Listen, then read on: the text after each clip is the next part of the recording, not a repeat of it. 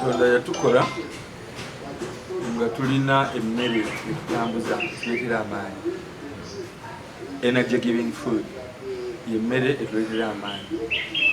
Kati mulimu emimonde gyo, mulimu amatooke go, akawunga, muceere, buli kintu kyonna kyoyita emmere kyolya, muwogo, biki bivaamu emmere esinga okubeera entono ennyo obugazi bwayo bagiyita glucose.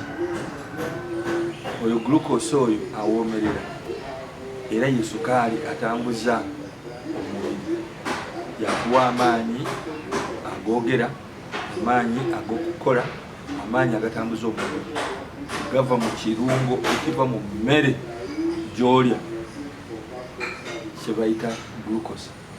Kati ezo carbohydrates zonna bwe bazigenda nga bazimenyaamenya ng'ozira ne bazimenyaamenya, akalungo kokka akatambuza omubiri nga kekakuwa amaanyi bakayita glucose.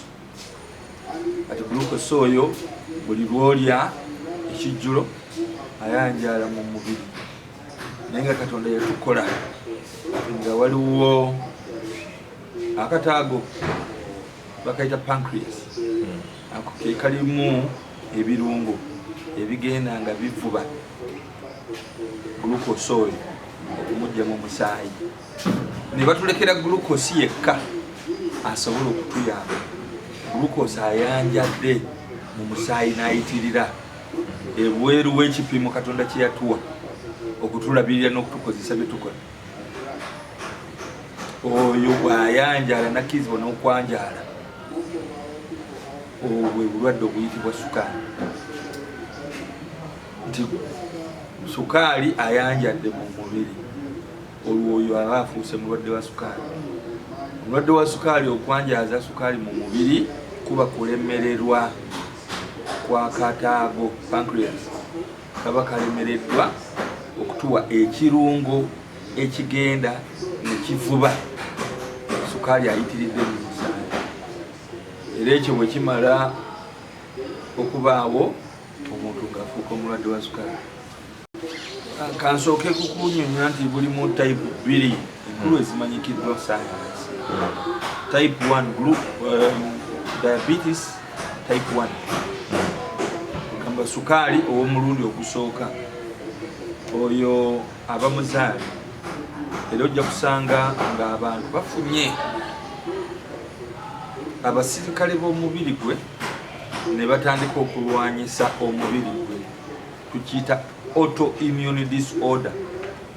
Kati obusenge buli oba obutafaali obuvaamu ekirungo ekivuba sukaali mu mubiri bwe bayita islet of Langerhans, obwo kasita wabeerawo obutofaali bw'omubiri gwo obubutunuuliranga abalabe butandika okubukolako, okubuteekako olukuunya ne babutta, era we bufa nga omulimu gwabwo ogw'okuleeta omukyuzi guli gwe bayita insulin, ekirungo ekyo ekituyamba okuvuba sukaali okumujja mu mubiri, omulimu ogwo kasita guggwaawo ogenda okulaba nti omuntu sukaali amwanjalako mu mubiri, n'abeera omulwadde wa sukaali. Era ojja musanga mu baana abato, ojja kumusanga mu bavubuka, ojja kumusanga mu abantu abakulu abakyali abavubuka, young adults, naddala nga balina size nnene. Genda okutunuulira nga obusenge oba obutafaali obwali bukola insulini babuguddeko olutalo olutamanyikiddwa nawe luvudde, naye nga butafaali bwe bulwanyisa butafaali bunnaabwo. Kati obwo bwe bufa, insulini takyaliwo, nga sukaali ayanjala mu mubiri, eyo type 1. Era osobola okusukaali oyo okumusanga mu baana abato, mu bavubuka abato, mu bavubuka abakuze, n'abasajja abakulu abakyali mu myaka egy'ekivubuka, ddala nga banene. Kati type ey'okubiri era naye ekwata abasajja, abaami, abavubuka n'abantu abakulu. Emirundi egisinga tulowooza nti eva ku lifestyle. abantu nga balya bafenka kulya emmere yo zo kusaba muntu nga talya nanyo mmere naye nga ate omubiri guyimbulukuka buli kaseera banywa omwenge sigala naye n'okulya aguzibwa kulya buli kaseera olya kano olya kali omubiri ne guyimbulukuka kati obutofaali buli bwe twayise isolates of Langhans obuleeta insulin ne bubeera nti insulin bwe bukola takyamala kuvuba sukaali ayanjadde mu mubiri bwe kitabeera ekyo nga insulin tamala kiyinzika okubeera nti insulin takyakola omubiri guli gwakalubye edda ne insulin ne gwajja takyagasa okusobola okuvuba sukaali okumujja mu saturation type 2 atera kuva ku mbeera zaffe ez'ebyobulamu etuula wamu abantu abakola nga batudde ava waka alinya motoka bwatuuka ku mulimu n'atuula okuva ku makya paaka kawungeezi kyayi n'amusanga awo emmere wawe musanga ekitamusangawo owoya obutoyi naye leetereka okuba nga eri kumpi wali eri naddamu ate oluvannyuma nadda mu motoka n'agenda ayinza okubeera nga atudde traffic jam n'agenda wali eri waliwo kapooko oba embuzi enjokye n'anywamu ku kadayisuuli n'ebinyamanyama buli kaseera n'agenda ng'ayimbulukuka oyo bwalwala sukaali teyeewuunya asobola okubeera omukazi asobola okubeera omusajja omuwala omulenzi omuvubuka oba omusajja omukulu oba omukazi omukulu sukaali ono womulabira era obubonero buli univaaso abantu abasinga obungi sukaali bw'atandika okumukwata ayinza n'obutategeera omuntu omu asobola okufuna olusujjasujja olw'olutentezi nogamba oba alwadde siriimu naye nga si kituufu omuntu omulala agenda kulaba nga afuna ennyonta enkalamata sina nnyonta enkalamata buli kaseera nga obulago bukalu asobola okubeera nga ayagala okunywa emisana naye kimwawula ku muntu omulala yenna era akabonero kosekoku osobola okuzuukuka ekiro ng'owulira enkalamata ekuluma nti ye enkalamata omuntu nemuluma ng'emuzuukusa n'ekiro n'anywa ekikopo ky'amazzi enkalamata kintu kikulu nnyo naye nga tekitegeeza nti abatalina nkalamata tebasobola kulwala sukaali oluusi abantu abamu tebafuna kabonero k'enkalamata enkalamata yennyonta eyitiridde kubanga njagala kubeera nga mpuliziganya n'abantu bamanyi n'abanyankola abatamanyi nkalamata ennyonta okwagala okunywa oba abantu abayiga Oluganda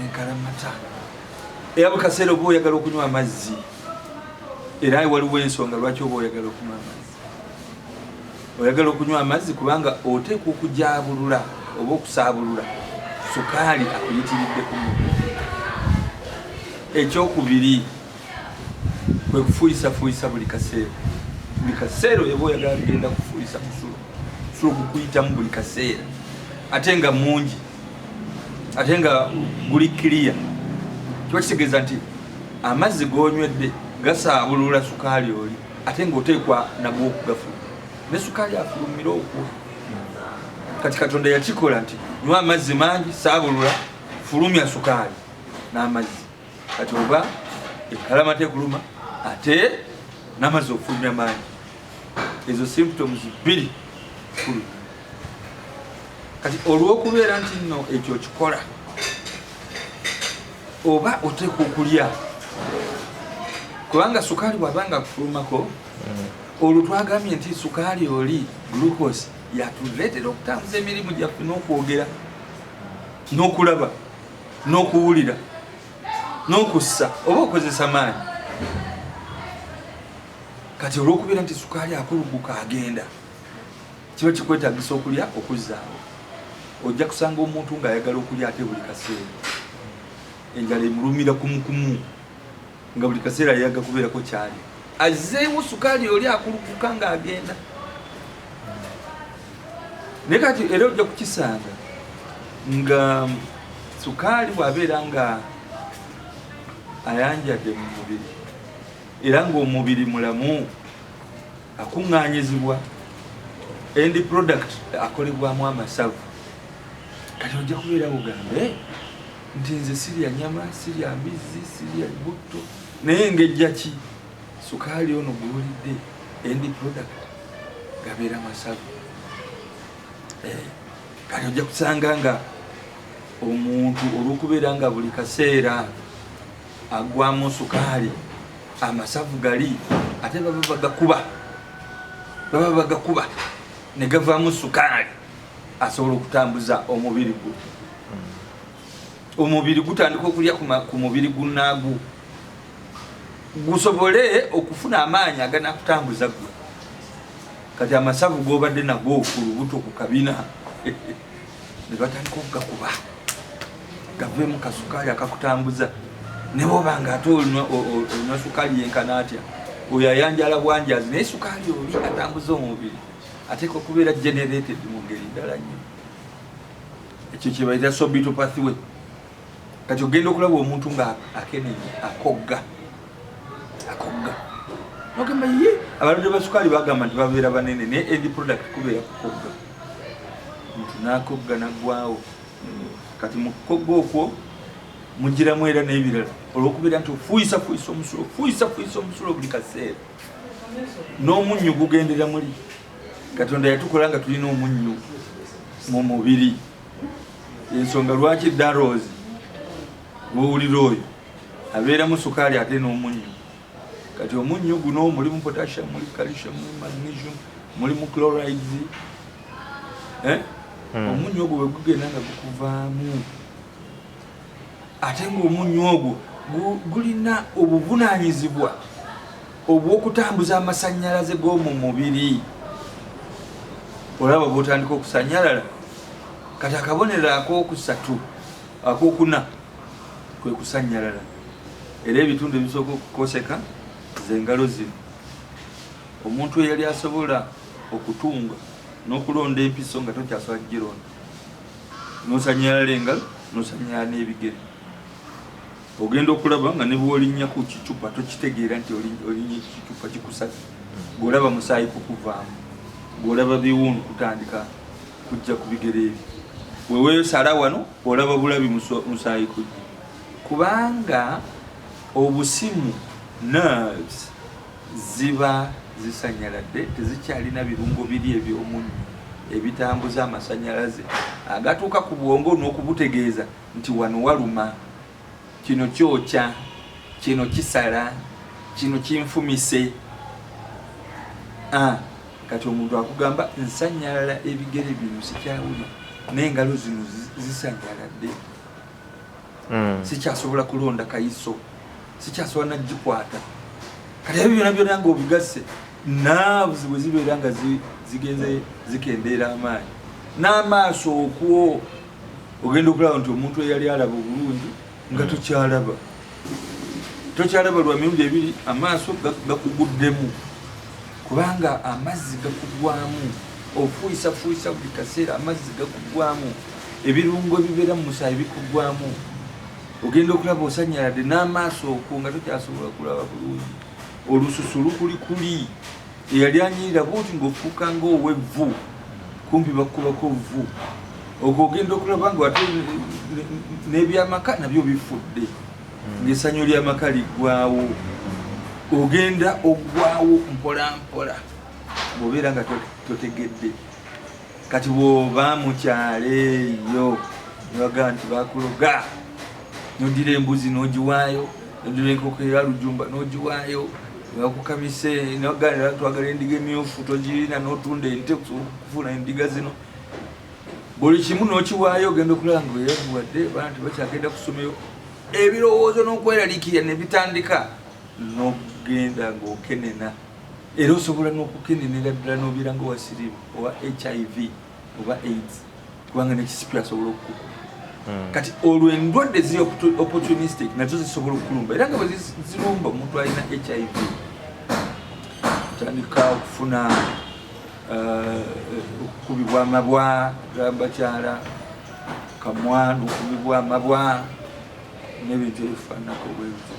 So obulwadde bwa sukaali bubi ngaebyo byonna byonna obijjeko ebintu ebisobola okulabika amangu era omuntu byasobola okuba naye complications zijja ku nsigo kibayita diabetic nephropathy. Complication zijja ku mutima nofuna omutima nga tegukyakola bulungi kubanga gusobola okufuna amasavu munda mu gwo negufuna amasavu munda mu gwo negubeera nga tegukyali efficient mu nkuba yagwo. Osobola okufuna gastroparesis nogamba ti banange ensi kyafuluma kubanga ebyenda bino bijja nabyo nebifuna obusanyalavu olw'ebirungo biri byenkugamba ebitambuza emmere nabyo nebyekyanga ogenda okulanga ebyenda biri wamu bwebyo kyolya kisigala wamu emmere nekutuulamu. Ogenda okulaba omuntu eyali agenda ebweru okweyamba nga tukyeyamba ofuna omusawo atabitegeera bulungi agaba muntu atire wali ali ku ddagala eryokuddukana nebakuleetera eddagala lyakufuluma omira gwolowooza nti ogenda kufuluma tofuluma ekivaamu ngaofuna kyetuyita intestinal obstruction. Ne intestinal obstruction ngaevudde kuki evudde kukubeera nti ebyenda tebikyatambuza mmere byasanyalala eyo bakiyita diabetic gastropathy gastroparesis kakati biva ku munyu guno kati ezo zonna complications ziri ku muntu omu ebinywa ne bikendeera amaanyi ne gakugwamu otandika okuwulira olusujjasujja buli kalwadde kakujoga kakati ate newalyoka wabeerawo ekizibu. Nagambye nti kyangu nnyo okubeera nga ebigere byo tebikyawulira ebigere tebibeera namatu naye biwulira olw'okubeera nti beera n'obusimu amabwa gayinza okukuba ku mubiri okwo nga togategedde n'olyoka ofuna emisuwa gino okubeera nti tegikyaweereza bulungi musaayi buli kamu ne kakujoga. Era obulwadde bwa sukaali buleetera complication gyebayita gangrene kitundu nekifa ekyomubiri guno naddala engalo zino oba ebigere ekigere nekifa akagere nekafa ogenda okulaba kafuuse kabulu kafuuse ka black ebbwa eritawona ogenda okulaba nga wafuuse wa black katonda bwakusaasira nabeera nga awukawo ewali gangrene ako akagere ogenda okulaba muntu bakamugjeeko lwa gangrene gere nebifootoka nebisowotoka nebisogonyoka olw'obuuka oba bibulumbi nga totegedde ate kitawe oba nakyala nga towulira bulungi na bulumi kubanga obulumi katonda yabukola nti bukuyamba okugenda mu ddwaliro naye wano oba tokyawulira na bulumi kubanga obusuwa obusimu bwafa. Ebyo byonna ze complications era seriousness obulwadde bwa diabetes mellitus sukaali obwetaaga okulabibwa. Era ensonga lwaki ffe mu parliament twatandika parliamentary forum on non-communicable diseases nga tumaze okukiraba twassa amaanyi ku siriimu ku malaria ku kafuba TB naye netwerabira nti waliwo ate endwadde zino zetutasizzaako maanyi ate nga tezisiigibwa ezisinza ate okumalawo abantu baffe. Era kati tuyigiriza abantu ebikwatagana ku sukaali bwetyo. Kusooka ate omuntu ne bw'oba nga toli mulwadde wa sukaali naddala ng'oli big size nganze oteekwa okubeera mukwano gwa malwaliro oteekwa okugenda ne bakebera bulungi ne bakebera omusulo ne bakebera omusaayi ate bamaga of course osobola okuyingira wano ne tukebera omusaayi nga sukaali wali waggulu walidde ekyenkya mbadde sinaba kulya kyakya okay komawo enkya kumakya nga tonnabaako nakyoli tugenda okumukebera ngaali waggulu sukaali wali waggulu tugenda okukebera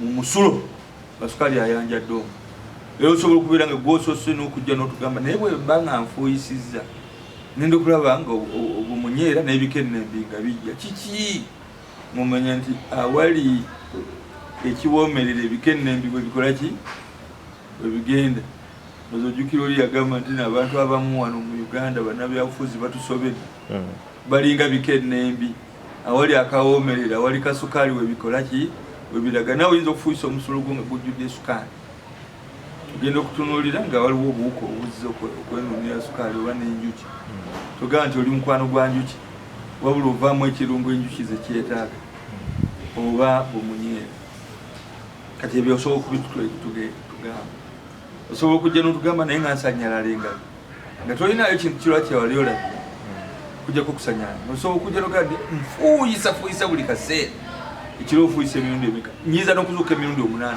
oba 6 egyo giba gisuse oli yuria osobola okujja n'ogamba bannange nga ndya tange okulya buli kaseera enjala eba ennuma nze kaseera enjala eba ennuma siva mu fumbi ng'omanya hyperphagia nze nsula n'akadomola ka lita 5 ak'amazzi bugenda okukeera ku makya nga nkamazeemu sitawana kubuuza kirala kyo n'olwekyo ebyo byebiteeka okutwala mu ddwaliro nga bukyala naye tewetagana kumala kulwala bw'obeera nga oli wano Kampala amalwaliro gakuliraanye abakugu weebali tekikugaana kukyalira musawo n'ogamba njaga kuteekingako ku sukaali wange kumakya ndabe bwe nnyimiridde ekyo kye bayita health seeking behavior wano mu Kampala omuntu toteekwa kulwala ndwadde amalwaliro gakuli kumpi nga lino erya Kampala International Medical Center tusobola okukyega kati mpulira nsanyalala yangu tukole ki omusawo yamanya kiki ekyokukebera twagala kukebera n'omunnyo serum electrolytes yamudwaliro erimu laboratory esobola okukebera serum electrolytes netuzuula gundi ali atya sukaali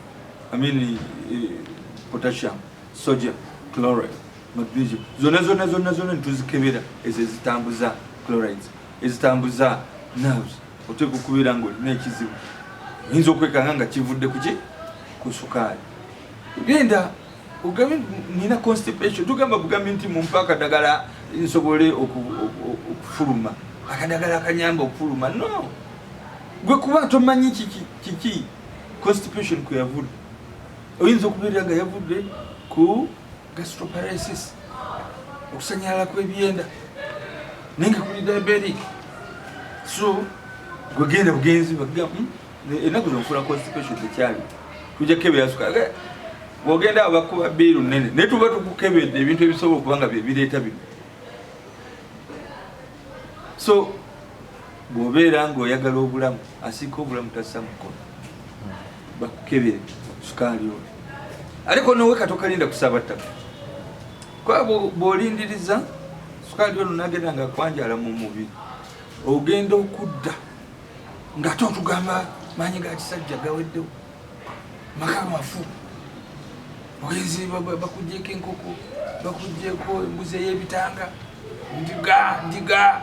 ndiga basale naye ng'ate ezo endiga zewabadde oleese mu ddwaliro ne bakera nemugamu sukaali ono tusobola omukontrolinga noddamu n'otereera bulungi abantu baffe bebateeka okumanya omuwadde dda alabe Bbeg media eno programu agirabe bulungi ajja kutegeera tiyeetaaga okujja tumukebere abantu tebaagala kujja malwaliro okwekebeza naddala oli Kampala wana abantu beganya nnyo obasanga ku mwenge akawungeezi kawalagi kano kadayisuuli obasanga ku pooko obasanga ku nkoko wali eri naye mugambe nti genda osasuleyo wekebeere obulamu bwo awamukubya ekibuuka abasinga mukubaamu kibuuka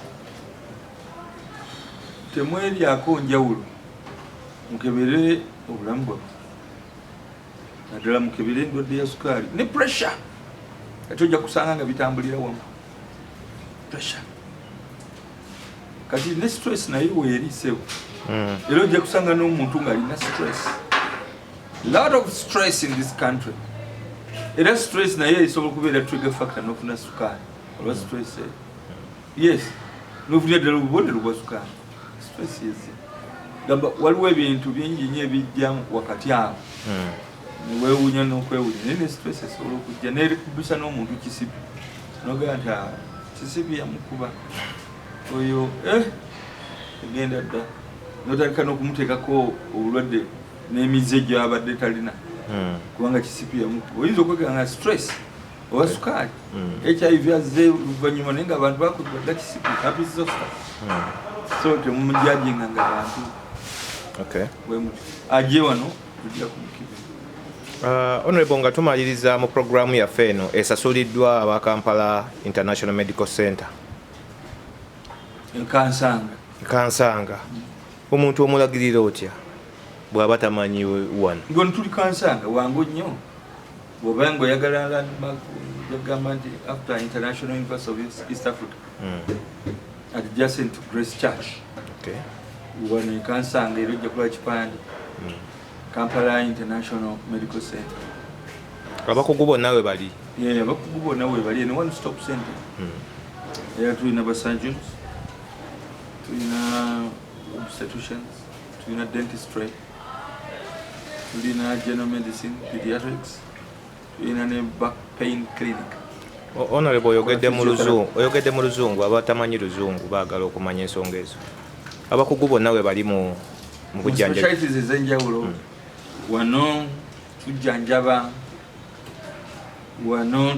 abaana, abantu abakulu, abakyala tubalabirira, tubawa antenatal care era bazaalirawo.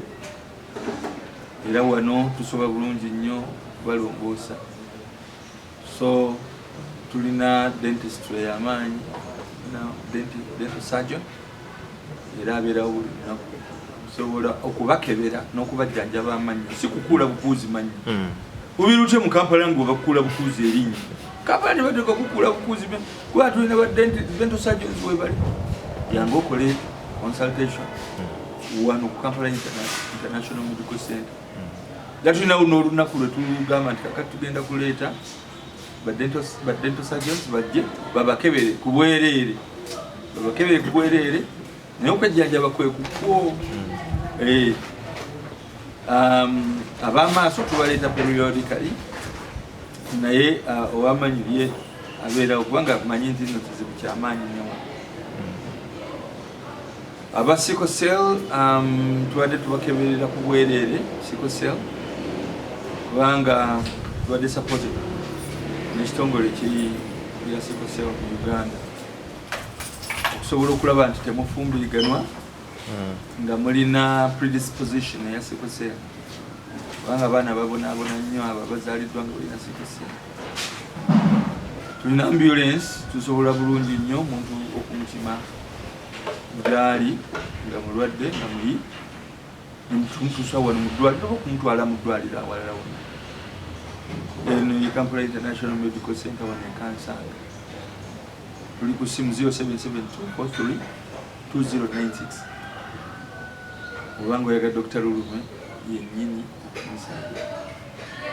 Era nze director bagulagirira n'abasawo abalala banabeerawo okusobola okufuna obujjanjabi bw'oletaako. Diabetes mellitus is an age-old disease which afflicts some, but not all the population.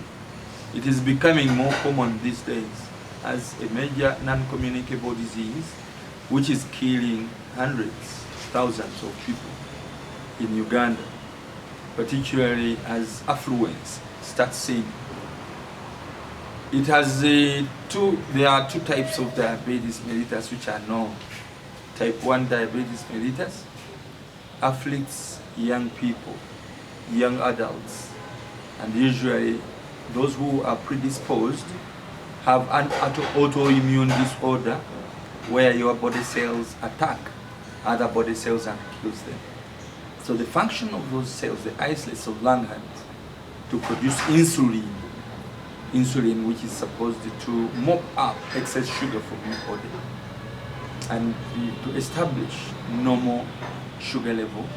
Once it is attacked and dies off, then sugar will be all over the body, and that is the state called diabetes mellitus. It is a bad condition of having sugar in your body, all over the body, high blood sugar, because sugar in itself becomes toxic to the body cells, kills them, and renders them dysfunctional, including the organs and organ systems. So that is what happens.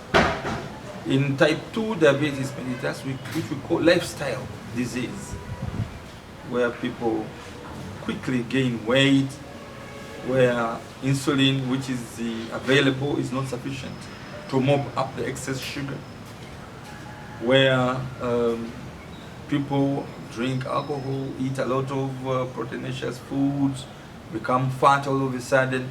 So the sugar is not well mopped up.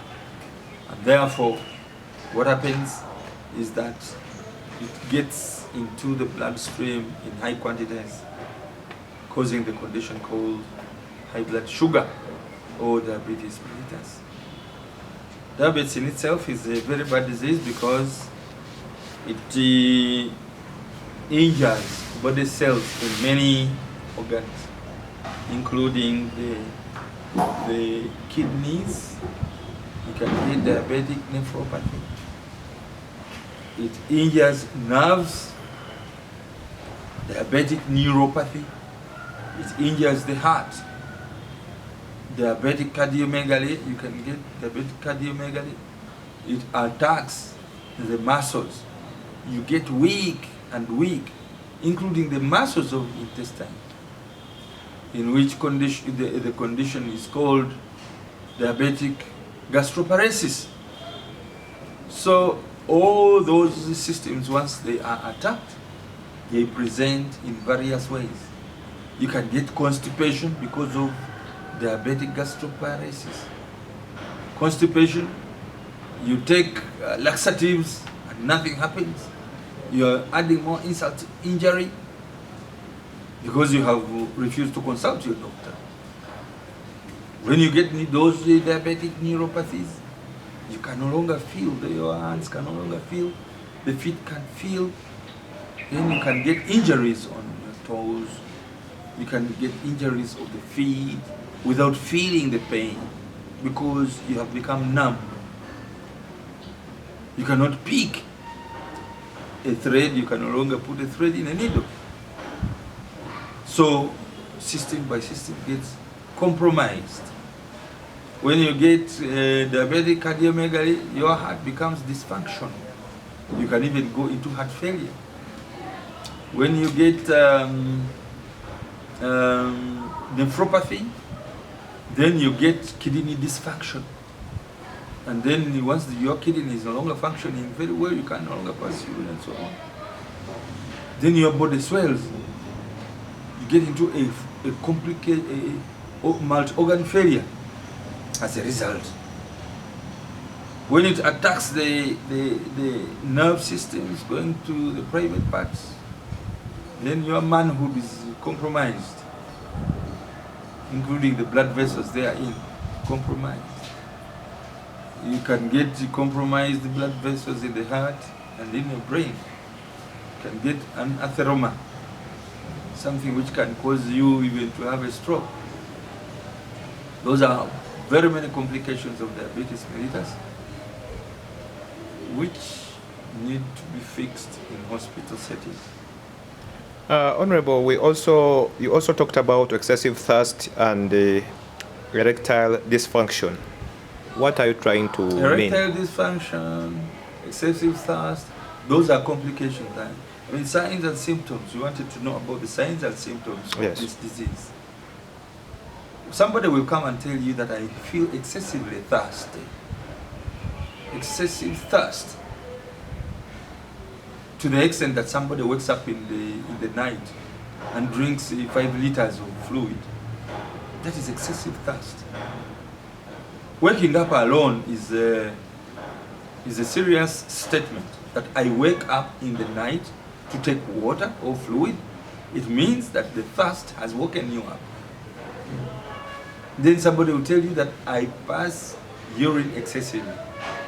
Somebody will tell you that I wake up to go to pass urine 7 times. That is a very big step. It needs to be investigated. Somebody will tell you that I feel numb. My fingers can't touch. Is that what we call neuropathy? Yes, those are called neuropathies, diabetic neuropathies. Somebody will tell you that my feet are numb. I can't feel. Something pierced me. I saw blood. I couldn't feel. It's called neuropathies. Then somebody can come and tell you that I'm losing weight. I don't know why. Yet I am eating a lot. Hyperphagia. Then how often are you eating? I'm telling you, I wake up to cook something. Then you know that this is a serious state. You investigate it. So those are very, very, very serious. But others don't even have symptoms. But you can see them somehow reducing weight. Somebody can come with herpes zoster. What is this? Is it HIV? No, it is not HIV. It is diabetes mellitus causing this. Yeah, it is now very common. I will not tell you the numbers, you will get them. But it's now the diabetes is one of the most common non-communicable diseases in Kampala, in Uganda. I'll get the numbers, but you'll find 3 people in 10, or 2 people in 10 having symptoms of diabetes. And we say sometimes it is lifestyle, affluence, people who are leading a sedentary life, especially those with type 2 diabetes mellitus. Find the vehicle, packed home, gets into the vehicle to job. Gets to job, sits. Everything is found there. Gets back into the vehicle, back home. No exercise and so on and so forth. Those are the people who get type 2 diabetes mellitus. Finally, Honorable, what are some of the risk factors in both women and men about this disease? Sedentary life. You are not working, or your body doesn't work. Because when we are saying you are not working, somebody may think we are saying you can go and have a job, manual job, but you are not. You are living a sedentary life. Even in sweeping, you can't sweep your courtyard, you cannot mop, you cannot do what. You are living a sedentary life. You are sitting in one place. You are gaining weight. You are not exercising. So those are the things which predispose one person to diabetes mellitus. But also uncontrolled eating. You are eating this, you are eating that from morning to evening. You are like chicken. You are getting excessive weight. That is another predisposition. Alcohol, tobacco, those are all predisposing factors. We may not know how many patients are brought about by this or that, but those are predisposing factors. What else would you have? Malaria, diarrhea, cough? No. Those are the areas where seniors specialize. And we have a number of colleagues who are doing this. And it is teamwork which assists. Sometimes you need a surgeon to intervene because of, say, diabetic foot, gangrene, and so on. So it is a disease which can be managed multidisciplinarily. But of course, these are the common cases that we have. Those are some of the cases you have been handling and you are still continuing to handle. Of course. We want to prevent, many times we want to prevent people from catching diabetes because it is possible. if it's about lifestyle, if at all it is weight, if at all it is sedentary life and you need exercises. After managing, we advise that somebody can go to a physical life. Then you can even remove them from medicines, injections, tablets all the time. But of course they continue to visit to see the levels of their glucose. Your final call to Ugandans who have started observing those symptoms? Get to your GP, get to your physician quickly. Let them do laboratory tests, run a few tests, get medical advice. Control your diet and be physical enough. Control your weight and be within the normal BMIs. There is a tendency towards having big weight. That one should be fought. Including us in the medical practice, we must fight to be within the normal BMI. To have health literacy, to know the signs and symptoms of diseases, and how to become doctors without doctors. I think that one goes with health education. The Ministry of Health needs to emphasize public health initiatives, including health education on public media. Not to wait for bad media to educate the masses. It should be the prerogative, it should be the responsibility of the Ministry of Health to ensure that the masses are educated about health living and how they can control such conditions that can cause death and not only death but long-term illnesses which impoverish families. Such diseases like diabetes, like hypertension, which usually go hand in hand, cancer and so on.